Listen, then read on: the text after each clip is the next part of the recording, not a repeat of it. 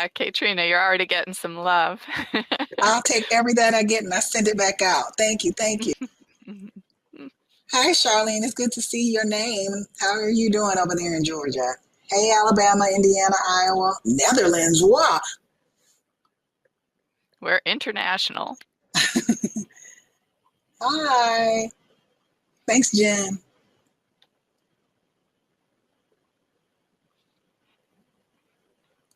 It's raining here too in South Carolina. Mhm. Ohio.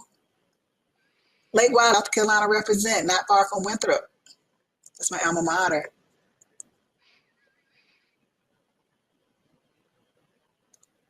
Wow. Okay. Well, welcome everyone. I'm Margot Malachowski, and my pronouns are she, her. I'm an education and outreach coordinator for the network of the National Library of Medicine.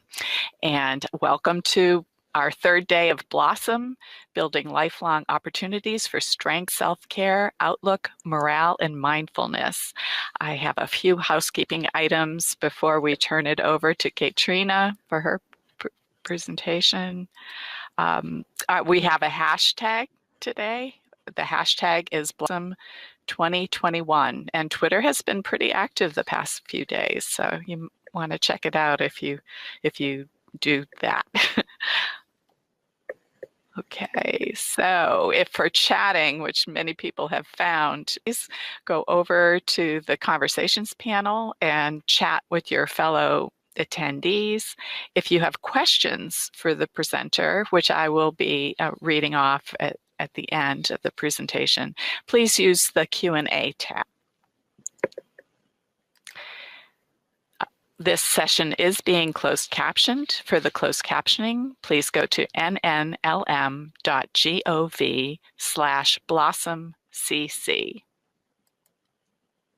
And just a reminder that by attending any of the Blossom sessions, you have agreed to the code of conduct. I know we're all professionals and we appreciate your cooperation.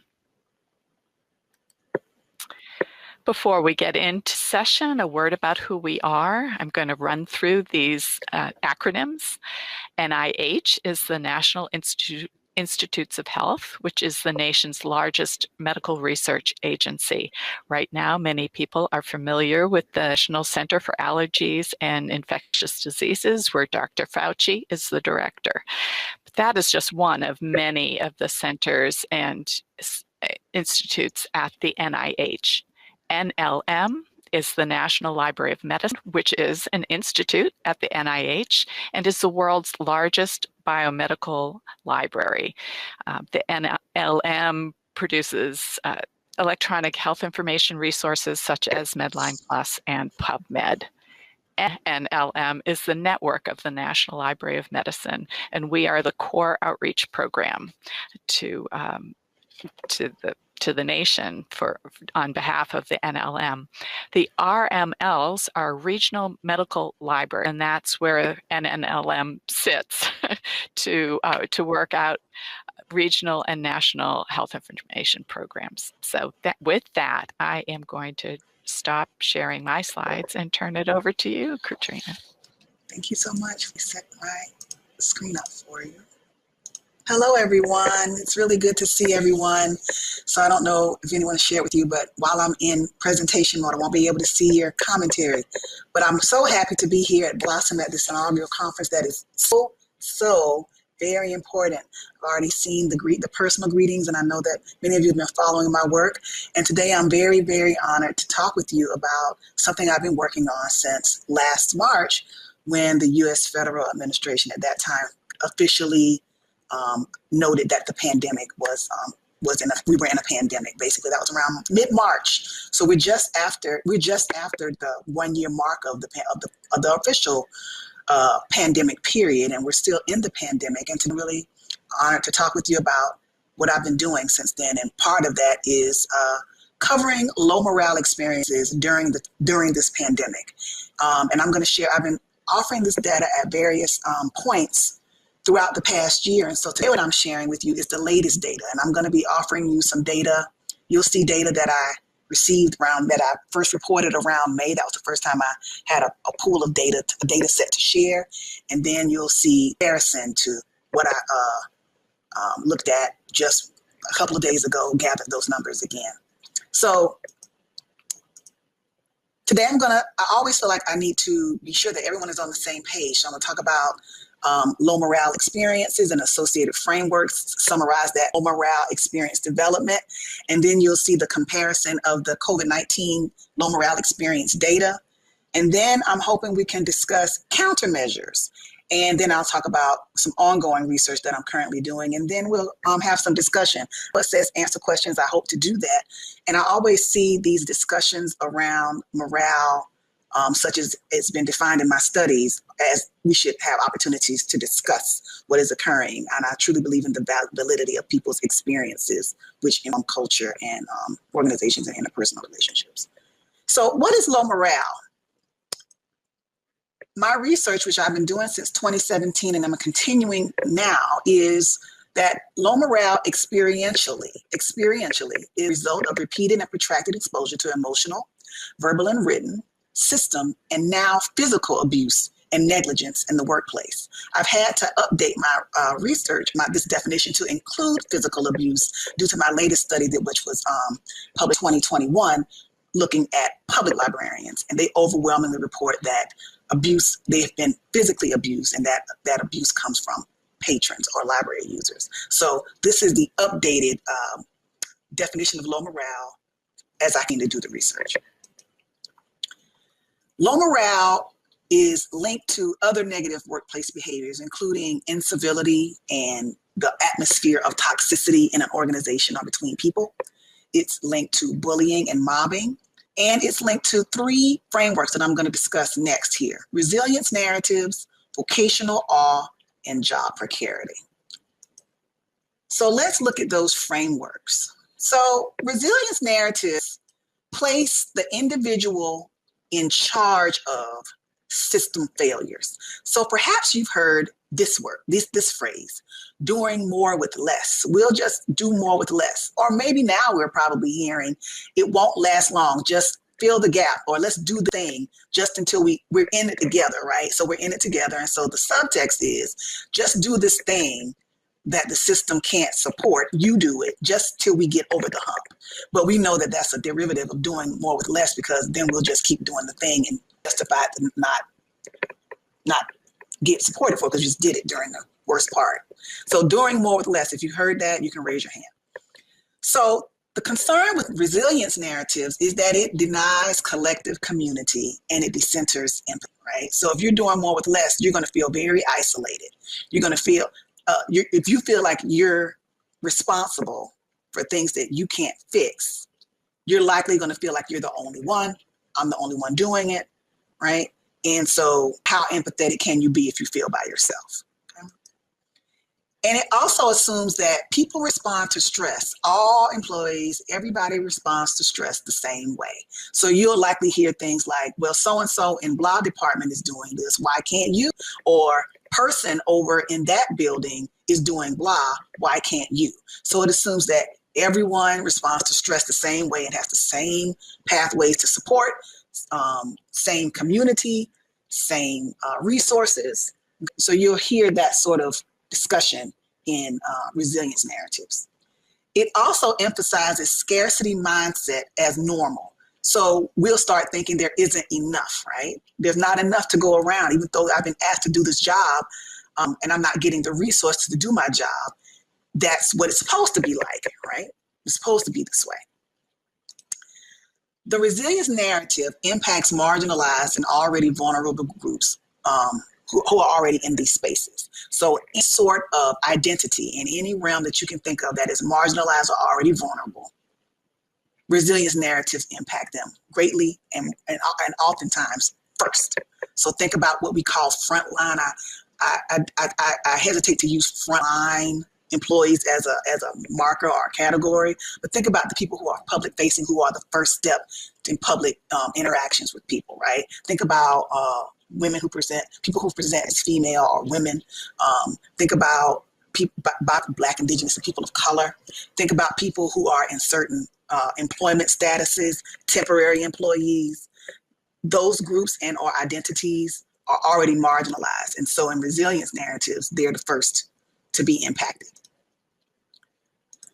You heard Shabazi Ettar's name probably throughout this conference. I know when I've been in sessions, her name has come up, and it's appropriate that her name come up because her concept and theory of vocational awe is salient throughout librarianship and any sort of information provision practice. And here's her definition of what vocational awe is, which is the idea that libraries as institutions are inherently good. It assumes that some or all core aspects of the profession, library profession, are beyond critique. It in turn underpins many librarians' sense of identity and emotional investment in the profession. In short, when she discusses vocational awe, what she's talking about is our values and how we weaponize the values of librarianship against ourselves and against others who practice with us. I encourage you to read her work. Job precarity right now is also salient, as we know that during the pandemic, many of our colleagues have been impacted being on furlough, being laid off, losing their jobs permanently, things like that. And we know that libraries are often already understaffed. And if you didn't know, they are. It's actually one of the enabling systems of low morale, staffing and employment. So job precarity is contractual, ambiguous, insecure, unprotected, poorly paid work employment. And this is an emerging area of research. You can go to Precarity and LIS. They're working on this. It does correlate with negatively with mental health impacts. Again, job precarity is more likely to impact already marginalized people, those same groups I mentioned before. And of course, it has a negative impact on library structure, development, operations. You can imagine what happens when libraries are staffed constantly with temporary employees who rotate in, rotate out. What does that mean for our programs, our services? How can our communities trust us to provide services when we don't?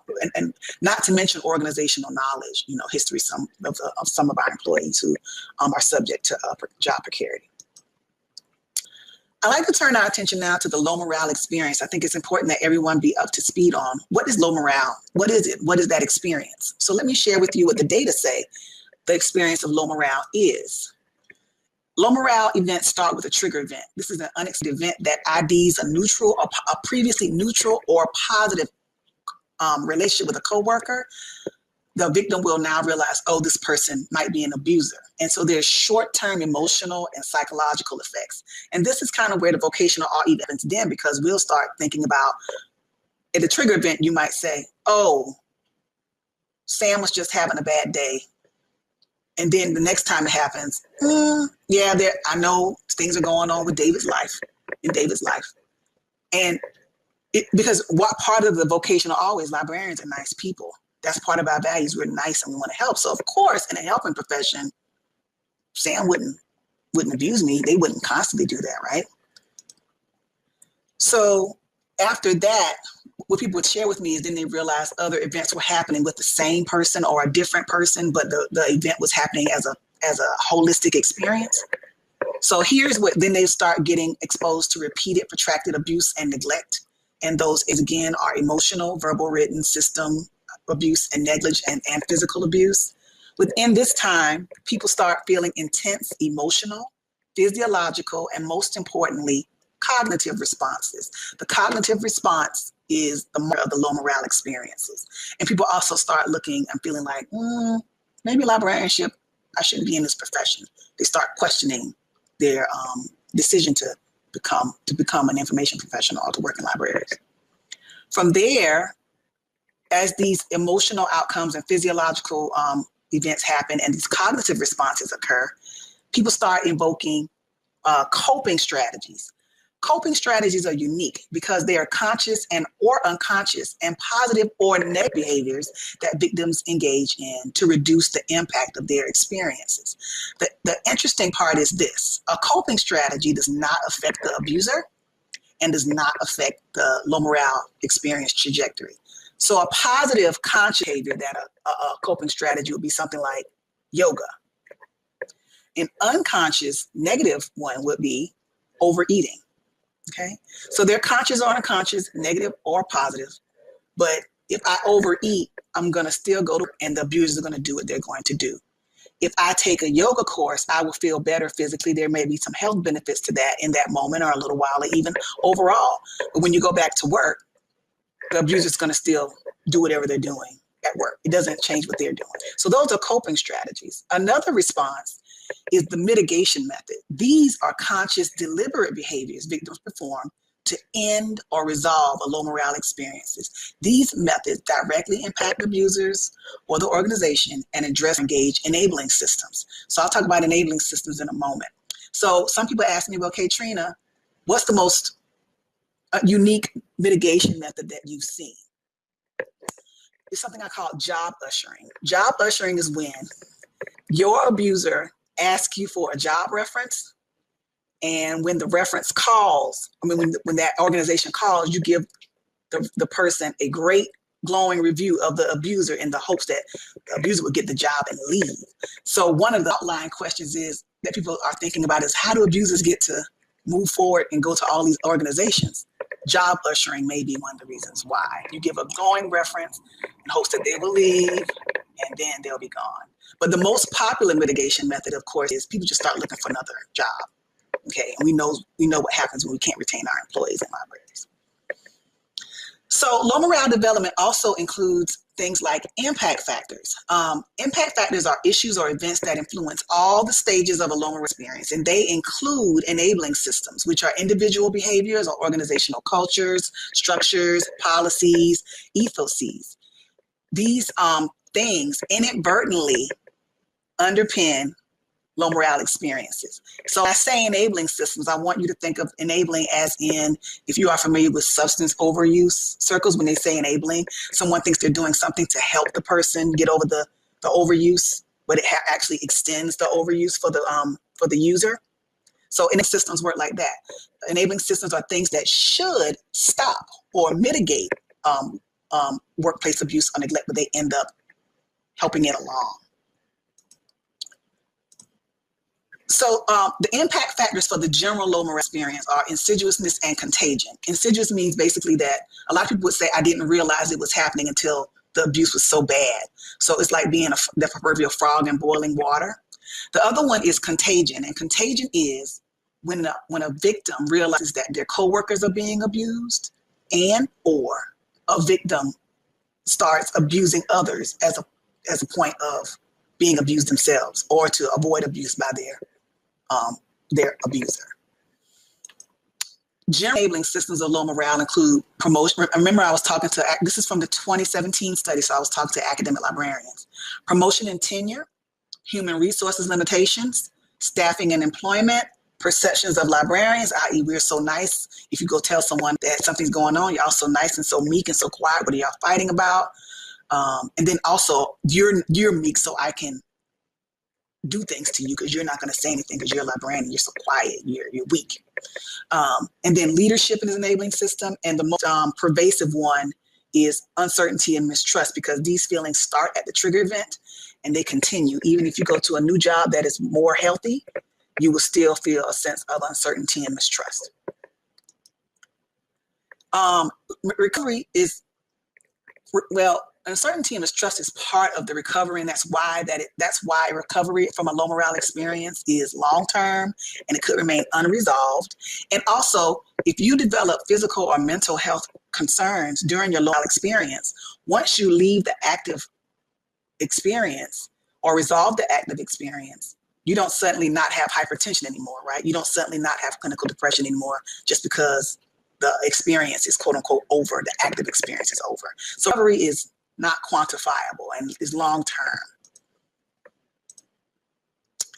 When I did my study with Ione Damasco, she's at the University of Dayton, and she's here. Hi, Ione.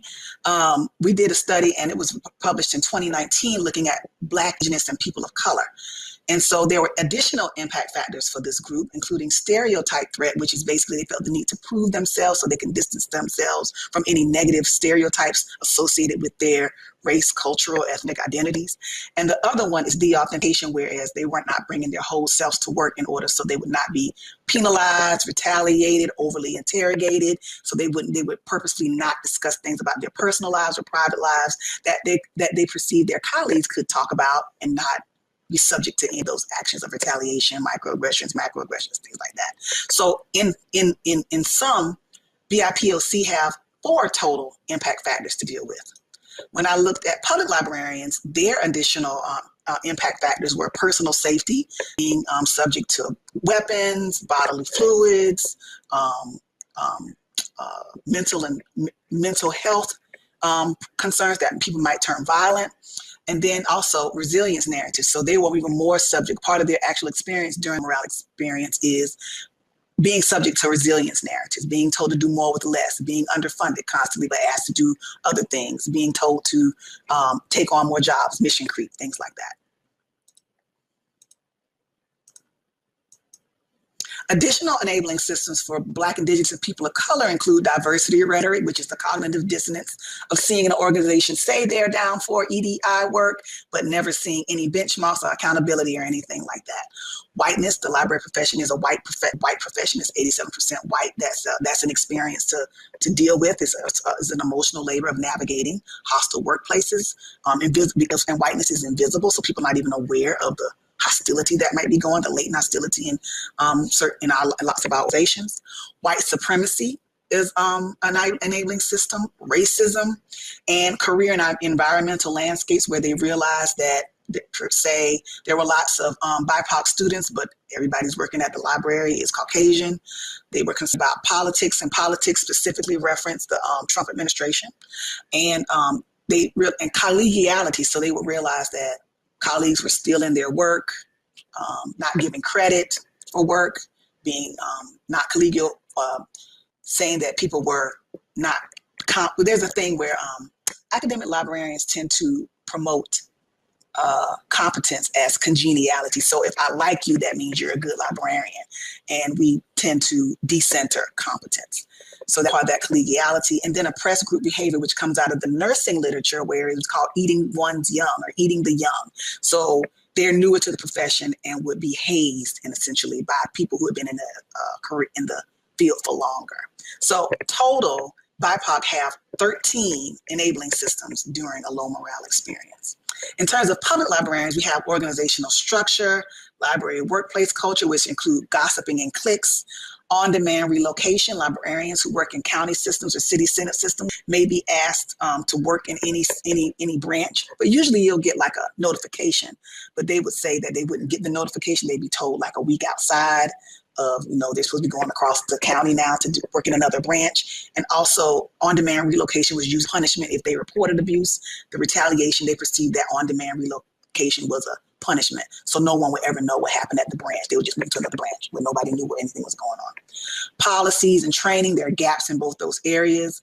Equity, diversity, and inclusion initiative, and politics. And politics, they also referenced the Trump administration in terms of how the patrons were interacting with them and interacting with each other. I.e., and the word that came up was, this phrase was, people are meaner. Even if I ask people, one person said, I can ask someone, hi, how can I help you today?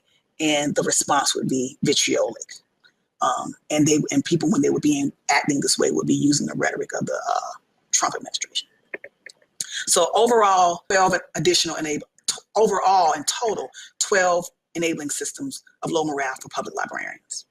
So the impacts on practice include reduced collegiality, reduced professional confidence. So now you see where the matrix of uncertainty and mistrust come in, increased procrastination, increased tardiness and absenteeism, reduced professional engagement, which leads to poor decision-making.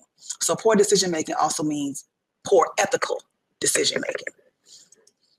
Workplace culture impacts, people working in silos, isolationism, not only people self-isolating, but isolation being used as a methodology of punishment from an abuser, from an abusing person who's an abuser to the target. So an abuser will purposefully isolate the target from everyone else. Bullying and retaliation. Low morale is rampant in places that are insular. People would say, like, my library director's been there for like 30, 40 years, or we only hire people who we know. So cronyism is a factor.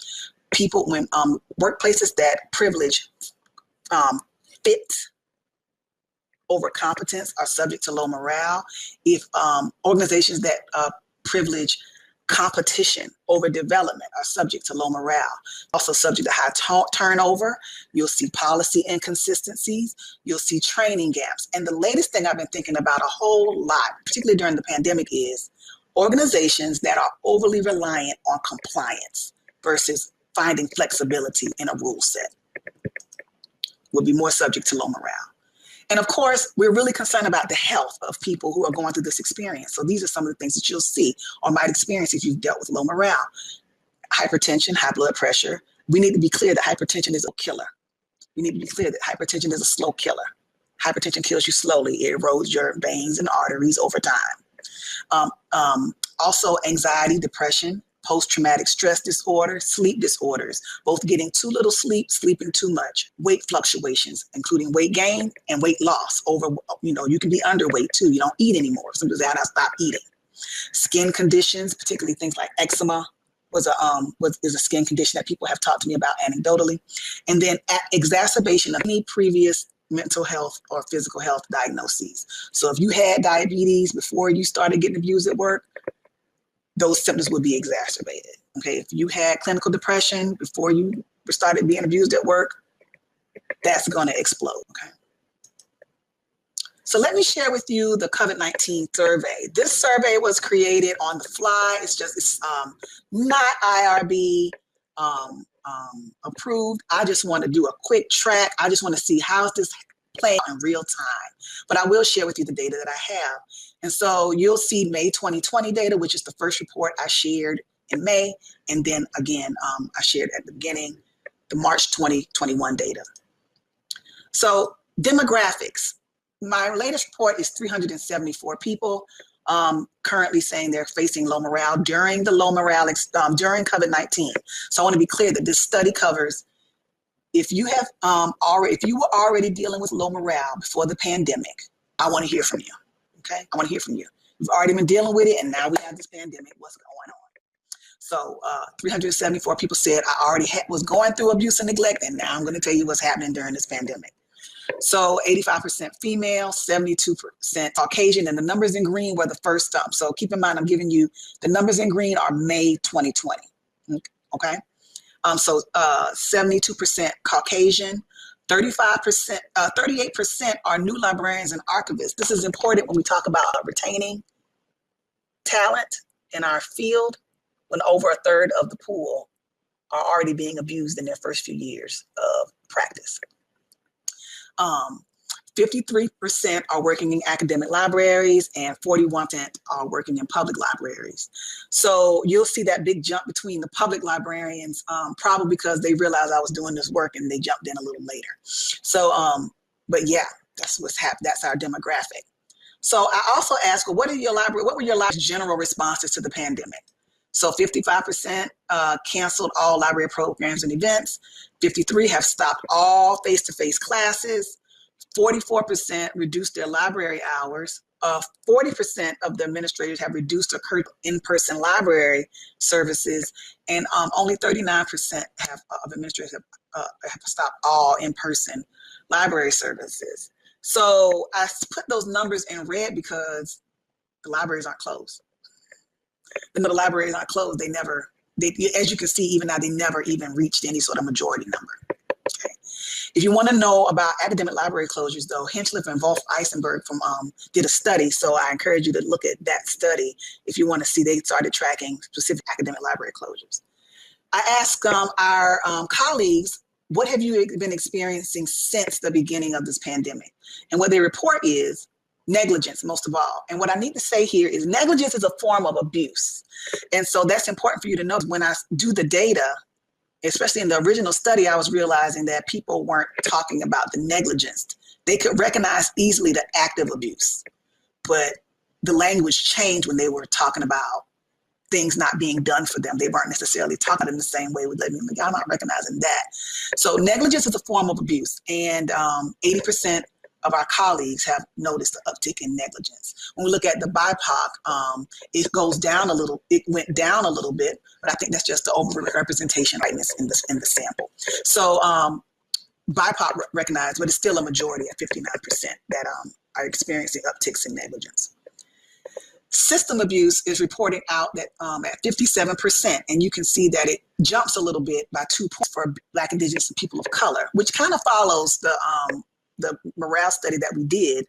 BIPOC are more likely to experience system abuse than other types of abuse when they're dealing with low morale. So I asked folks, well, who's doing these things? Who's doing these things? So library administrators are perceived as the majority of abusers. And BIPOC note that almost at about the same rate, a big jump too, at 70%. Next up are supervisors and managers at 49%. You'll see there's also a big jump for BIPOC indicating at 59% that supervisors and managers are the abusers in this case. And I asked, check all that apply too. So that you need to know that was a check all that apply. Who's doing this? Who check as many as apply. It goes down significantly for campus administrators though. So for those of us who are working on campuses, the campus administrators kind of seem far removed. When I look at other data, when I'm working on it, what that tells me is there's a communication problem, right? It's always going to, so it always kind of sort of comes back to, are the library administrators and the supervisors communicating who's making decisions? When I look more at enabling systems, I said, well, what enabling systems are you experiencing? Any upticks? Which ones have you been exposed to since this pandemic occurred, while you're in this pandemic? Uncertainty, mistrust, like I said, it's the most pervasive, and you can see that it's the almost overwhelming majority here. Leadership is an enabling system at 7%. Staffing and employment, and I think, and the other thing too is, as I keep this going, you see how it raised from 54% to 58%. That's a reflection of the furloughs that are occurring. And then human resources limitations. So human resources limitations are basically, you go to human resources and you say something, and the perception is that they've done nothing. They don't do anything, or they tell you they're not going to do anything. Okay, so that's jumped up to 51% is an enabling system they're dealing with or encountering during the pandemic. And library and LIS perceptions, just under 50%, and how they play out in the quantity. When I ask people, tell me a little bit more about that, that's coming out in. The perception is that when library directors are making the decision to stay open, they stay open because they don't want the library to be perceived as a non-essential component of the society. So they're relying on perception to make the decision whether it's not to stay open. Well, in this case, to stay open. And it relates back to vocational all, because part of vocational all is we serve, and we serve at all costs. We privilege the act of service over our own personal health and well-being. I also asked folks, well, tell me, have you experienced any increases in physical health concerns? You'll see it never ever hits. It has never hit a majority. But when people who do say, yes, my concerns, they're mostly weight gain, asthma or exacerbated asthma, migraines. People develop migraines. And then folks started just talking about, I don't know, I just feel bad. I just feel bad in my body. So I call that physical malaise, just a general stuff. I don't feel good. And they would say that it's not COVID. I just don't feel good in my body right now. I'm just exhausted in my body all the time. And you can see how the numbers jump, right? When you ask mental health concerns in both groups, both at 77% in general population, and then still a significant jump in BIPOC at 68%. And the most indicated things are generalized anxiety disorder, anxiety, stress, depression, and fear. And fear is interesting because fear is a dangerous emotion. Fear is a dangerous emotion because it leads us to do things that we would not necessarily do if we felt safe. Okay? So imagine decisions that are being made on the ground by our colleagues when they're working from a place of fear and scarcity. I also asked, I said, well, let's talk about some values here. Are you being subject to resilience narratives? And you can say, yes, almost overwhelmingly, just over, 3/4 of the participant pool in both cases are like, yes, I've been told to do more with less. Yes, I've been told to just keep going and respond the best way we know how, even though we don't have support. Yes, I have been exposed to that. I asked, well, have you been experiencing vocational awe towards yourself, or, have you experienced vocational awe? Yes, You can see the numbers again in the 70s, almost 3/4 of the participant group in both groups. Have you experienced burnout? Yes. Have you experienced job precarity? Yes, you see how it's rising again, an indication of what's going on with people and their roles in our libraries and how we were actually able to respond to our communities, during the pandemic. So I'm going to share with you some quotes from the fields, just some quantitative data where I asked them, say, share whatever else you want to share. So one person said, library administration doesn't take our concerns about face-to-face exposure seriously. We were reopened to in-person service for 3 months before we had plastic barriers installed. Patrons are allowed in with face shields, but no masks. Patrons regularly refuse to comply to mask wearing and have abused staff verbally and at least once physically, but we haven't been allowed to go back to curbside only service. This is a new librarian. Another librarian says those with seniority are able to work 4 hours a day or less without repercussion, while many key lower positions remain unfilled, creating more work for lower ranking employees. This goes back to job precarity, and it goes back to the enabling system of staffing and employment. And I would say it's a part of resilience narratives, right? So now we have to do more stuff, even though the system is not working, right? And in this case, we have people, the system could work, and we're choosing not to do that to privilege a certain status of employee in the organization. The last one is particularly damning. I left. I was able to leave. However, I did not feel I could tell the administration and the board the truth about how their actions affected me, for fear about how they would blacklist me within the profession. Those fears may or may not have been founded on fact, but I was willing to risk it. As a result, admin will continue to live in a public of self-protection where they can silence and ignore criticism. Everybody that's vocational are. Frankly, it's not unlike the behavior we from Trump. Also, it should be noted, I was the only racial minority at my branch and the only racial minority on professional staff within the whole district. The toxic environment was created and maintained by self-professed liberal white women, from another librarian. So here you can see all that confluence of those additional enabling systems along with the general enabling systems, right? We have resilience narratives. We have and public librarians. So this is a person who is a minority librarian or racial ethnic minority librarian at a public library. So they have all of the enabling systems of public librarianship and BIPOC on them, right? So we're looking at a potential 20 enabling something they had to contend with before they left, right? So think about all that labor this person was dealing with before they were able to leave. Let's talk about countermeasures. One that I really, really want people to understand is that assertive communication is a countermeasure to low morale. Librarians are really, really concerned about looking nice and seeming nice and being nice to patrons. And often what that translates to is, I'm afraid to tell them what I really need to say. So you'll see this in a lot of general conversations. Hey, everyone, I have a policy. Even when it's in your locus of control, right? This is your purview. You have a policy, it's yours to enforce, and librarians still have a problem laying down boundaries of acceptable behavior in our workplaces where we work. So assertive communication, we have to get those skills of assertive communication. Informal leadership is a countermeasure. You don't have to wait for someone to do something. You don't have to wait for someone to do something because you're someone who can do something. So you can be a leader now. It has nothing to do with your title. Titles have nothing to do with leadership. Don't get administration and leadership. Don't conflate those ideas or those terms. Administration is different from leadership, and there are a lot more leaders than administrators, and there are people in administrative positions who are not leaders. Boundaries, which is connected to assertive communication, and people who have problems with assertive communication likely have problems with boundaries.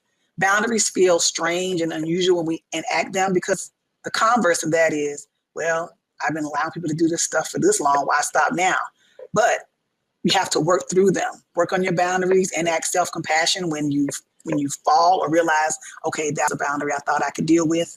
That's not the actual boundary. I need to change it. This isn't working for me. So boundaries is a countermeasure. If you heard me speak before, hello, I'm saying it again. Self-care is great. Do your yoga, get your nails done, go get a manicure, take a nap. Like, seriously, naps. Take a nap. Do all those things that make you feel better in a moment. Do those things. And before you do those things, understand that self-preservation comes before self-care. If there's no body to preserve, what are you caring for actually?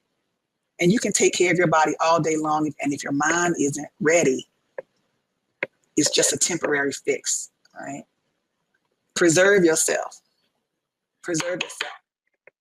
Those are tools in the moment when someone is abusing you. And I will say this, Bobby Newman enacted self-preservation yesterday. So if you were at a session yesterday and she made her announcement, that was a real-time indicator of what self-preservation is in a moment when you realize someone is saying something, doing something that doesn't align with your values and is violating you. In a moment, at that moment, you preserve yourself in the moment. And now, and Bobby can go still get her hair done and nails done and everything like that. But she preserved herself in her moment and it has nothing to do with, anything else. Professional development and continuing education are countermeasures because uncertainty and mistrust is the most pervasive enabling system, remember everyone. But if you are going to courses, you always feel like, if you go to courses or take advantage of professional associations and go to committees and things like that, professional engagement, you will always have the counter narrative, the true counter narrative to whatever an abuser is telling you or keeping you from, okay?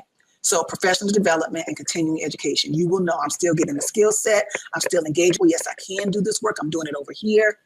It will do a great service to your professional confidence.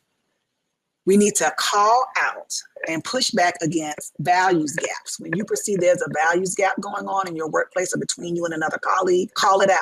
Or if more appropriate, call it in. Put it to the side and say, did you know that when you this occurs? Okay. We need to push back against capitalism, which is pervasive in our continuing and growing neoliberal centered universities and colleges and workplace. And we also need to be aware of characteristics of white supremacist work cultures, which harm both BIPOC people and people who don't represent as BIPOC. They harm you too. Whiteness and white supremacy harms everyone. Racists hate everything. Racists hate everybody, including the people who quote unquote look like them. We need to call out and push back against weaponizing of work. People weaponize our work against us. Go back to vocational all where y'all said y'all think reading is so important. So why y'all not giving out the books while the students not in school? Y'all should be doing this and doing that. If you were a real librarian, you would ... right? And we need to be careful to not over rely on compliance when we are dealing with people. Compliance in our organizations, it's a legal issue. I'm not talking about workplace safety, like, there's something on the floor. When it comes to these things, we're in a new era that none of us have ever been into. If your organization is over relying on compliance, they're following everything to the letter, you might be dealing with low morale because that means that enabling systems will not be acknowledged. They're likely not to be acknowledged. And you might be thinking of other countermeasures too, as you're thinking about things that you've done or things that might have worked. I'd love from you. A lot of the countermeasures, some of the things I've shared with you are things that people tell me about, but also countermeasures are also highly individualized to people's experiences. So if you have other things that have worked, please share with the collective so we can take care of everyone and improve the profession.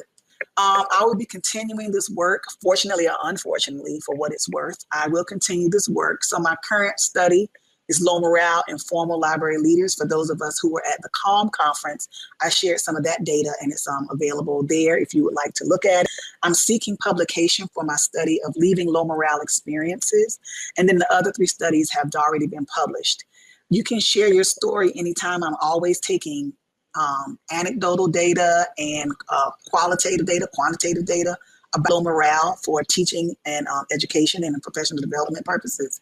And so people just learn. I really want this to be reduced significantly and or completely eradicated, even if I don't get to see it. Maybe our colleagues, the seeds that I'm going to plant and shade for others, I'm okay with that. So share your story. I am looking at job hunting during low morale experiences. If you're doing that, I'll take that data. I have several areas for you to join me and work in helping me eradicate this phenomenon from our library and workplaces in general. So I'm at, I have a community in Facebook called Renewers. I'm on Twitter at Renewers L, Instagram at Renewers LIS, and I have a website where I share my ongoing work and research and how it's impacting and influencing other work as emotional labor studies and workplace studies and organizational studies continue to come out in our literature. Here's a list of my works cited. They'll be on these slides, which will be shared with you. And you can contact me anytime at kaetrenadavis@gmail.com. So I thank you all for listening. I'm going to stop sharing and hopefully I'll be able to see you. Let's see.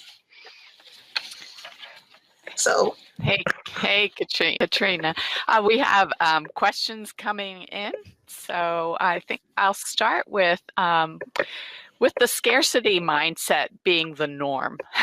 How will this further impact low morale, particularly because departments may feel pitted against each other for resources?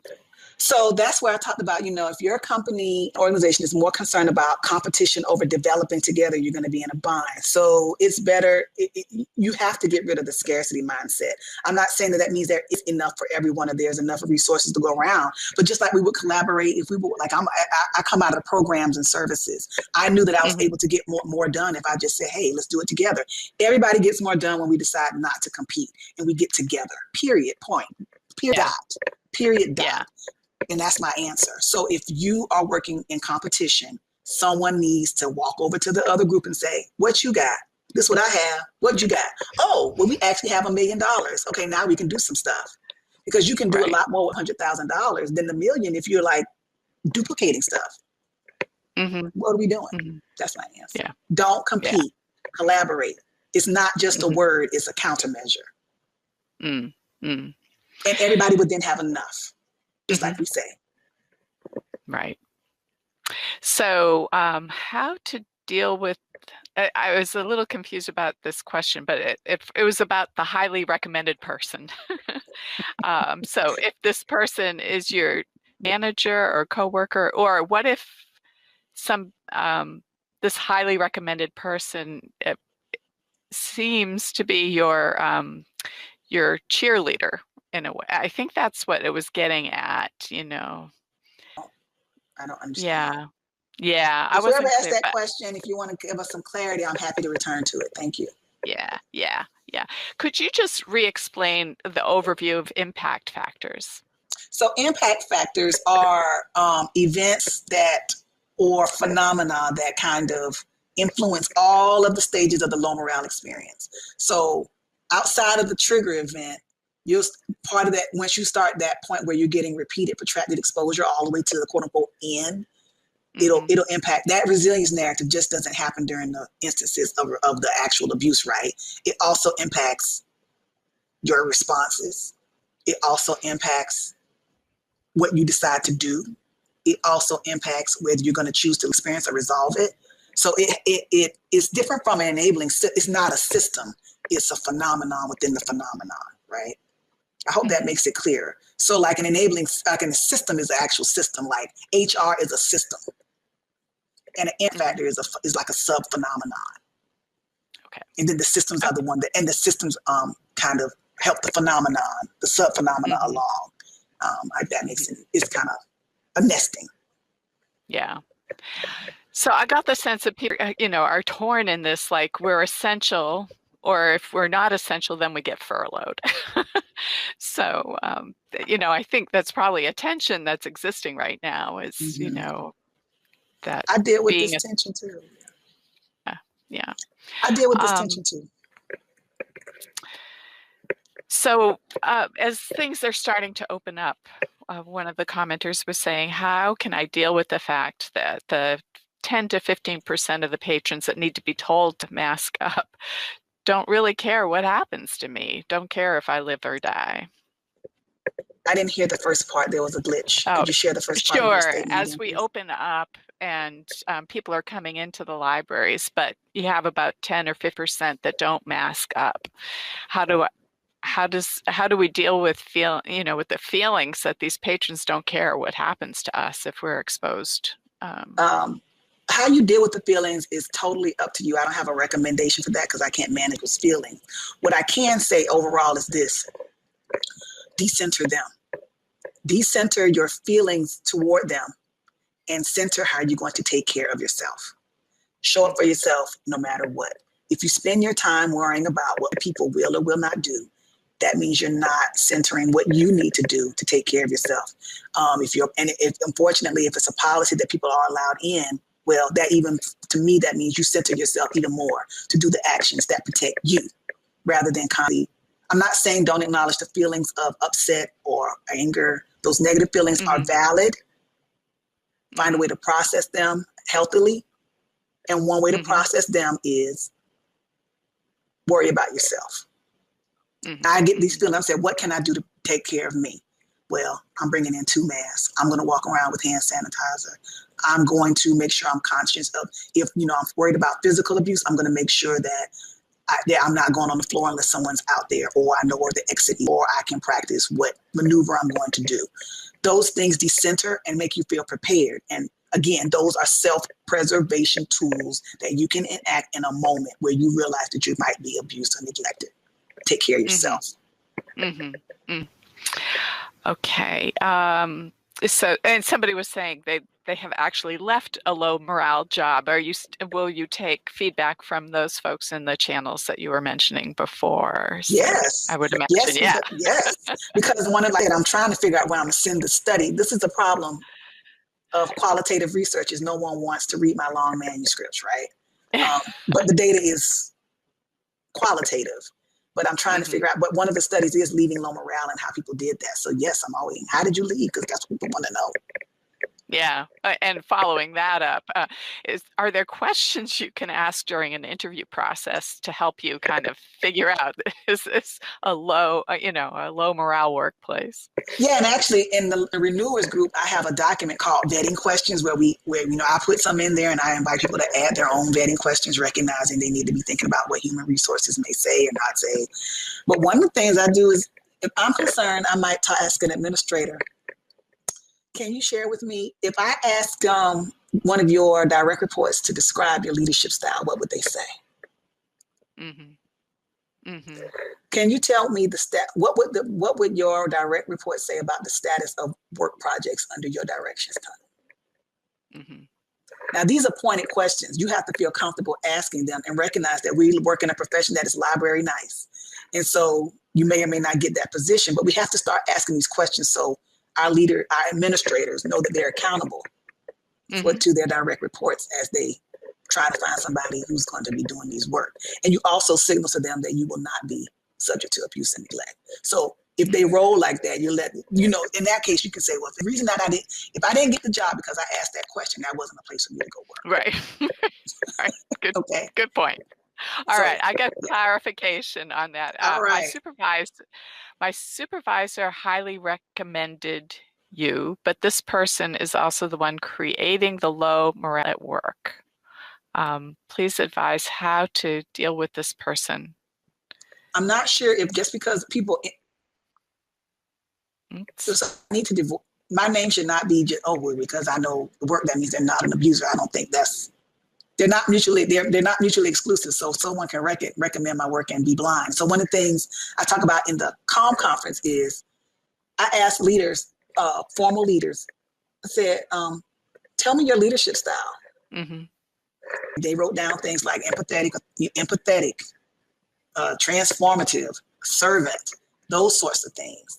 What they didn't say when I share, these are the leadership styles that promote authoritarian, totalitarian, toxic, laissez-faire. No one ever wrote down those things, but somebody's being those things, right? So I encourage them to say, what are your blind spots? Everybody has a blind spot. So you might want to if this person knows about my work, why not leverage their knowledge of my work to have a conversation with them, call them in and talk with them and say, you mentioned Kaetrena's work and I wanted to share some things with you. You have to figure out if you can do that or not. But I would say, if you're not willing to talk to your abuser, at least let them know that they have a blind spot or they're actively doing it. If you can see they're doing it, that's a call-in conversation. I don't know if that means you bring in human resources. I don't know if you've already been documenting what's been happening, so you have some solid examples of when you said, when you said A, B, and C, that made me feel. I don't know if you knew how that came off, but those are things. I don't know enough about your working relationship with your supervisor, but those would be things I would share and things that I have enacted on my own. A part of this is, I'm going to say this again, moral courage is required, and self-preservation is required. And so if you are thinking, I don't really want to talk to so-and-so, well, they might do something to me. Well, something's already being done to you. Right. Something's already being done to you. So are you going to continue for it to be done? And that's the answer. Rather than being concerned, again, like I said with the first question, do not be overly concerned. And I'm an introvert, so I'll make up an entire story with chapters and indices and appendices about about what a person is doing or their motivation, and they've forgotten about it. That's right. Yeah. So we spend a lot of time in this experience wondering, well, if I say something, they might blah, blah, blah. I might get in trouble. Right. You're already, you're in trouble because you're suffering. Right. So I really hear you on that. Yeah, you're already suffering, so you're already in trouble. So why are you concerned about telling somebody that you're in trouble and they're causing it? Moral courage is required. Something quote unquote bad may happen to you, but you'll be alive and maybe you'll be on your way to health. If something happens poorly in your health that is permanent, you might not be able to get another job that is healthier. So tell the person. And feel free to use my research, all the words. Right. As a leverage point. All right. There have been a lot of questions. So somebody says, how can I encourage a friend to call out, things are move, microaggressions, I guess. Encouraging, you calling out? My question is, encouraging somebody else to do that. Are you doing it? Are you modeling it for them? That's my question. You don't have to answer, but make it safe for them to do it. Because to encourage without doing is a judgment. Yeah. And nobody wants to be judged. We model it. When we share our stories and do things that we hope others will do, we make it safer for them to do it. Okay, I'm scrolling through there's lots, we've got a few more minutes.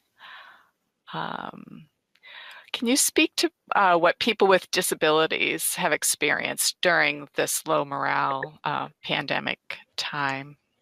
Well, no one has said that they have. They don't ask, and I haven't gathering that data, so no, I can't speak to that. But I do perceive that the mental health outcomes and physical health outcomes are disabilities, and so their experience in that realm is the experience that I've shared with you.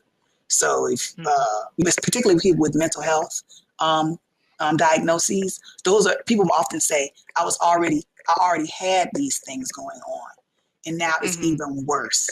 So when you ask about disabilities, the data I can share with you is that people are already physically and mentally compromised, and their exposure to the abuse and neglect expands that experience for them with those diagnoses. But I haven't heard from people who would say, I'm neurodiverse or physically differently abled in any other way. That data hasn't come to me. Any way that I can share that would be useful. Okay. And you said you would be sharing the slides, and people are just, maybe you could put it in the chat wanting to repeat your email address or the best contact for you. In the chat. If you don't, I put it in the Q&A. Wait a minute, I'll go back to the chat. Forgive me. Let's see. Nope.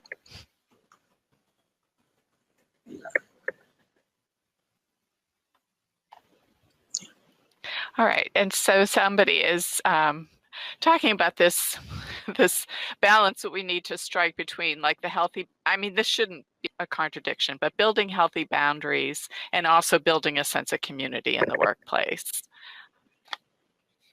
So it Yeah, shouldn't be a contradiction, right? it shouldn't be. I think this goes back to vocational. Mm-hmm. And y'all see me kind of distracted because I'm going to share a tool with you that I want to share with everyone, because this is the key to creating boundaries and everything else. You need to be self-compassionate. This stuff is not going to come out. You're not going to be able to do these things in a way that you feel like, oh yeah, I'm doing it great at the outset. Where did we go? Mm-hmm. Hold on for a second. I lost my screen.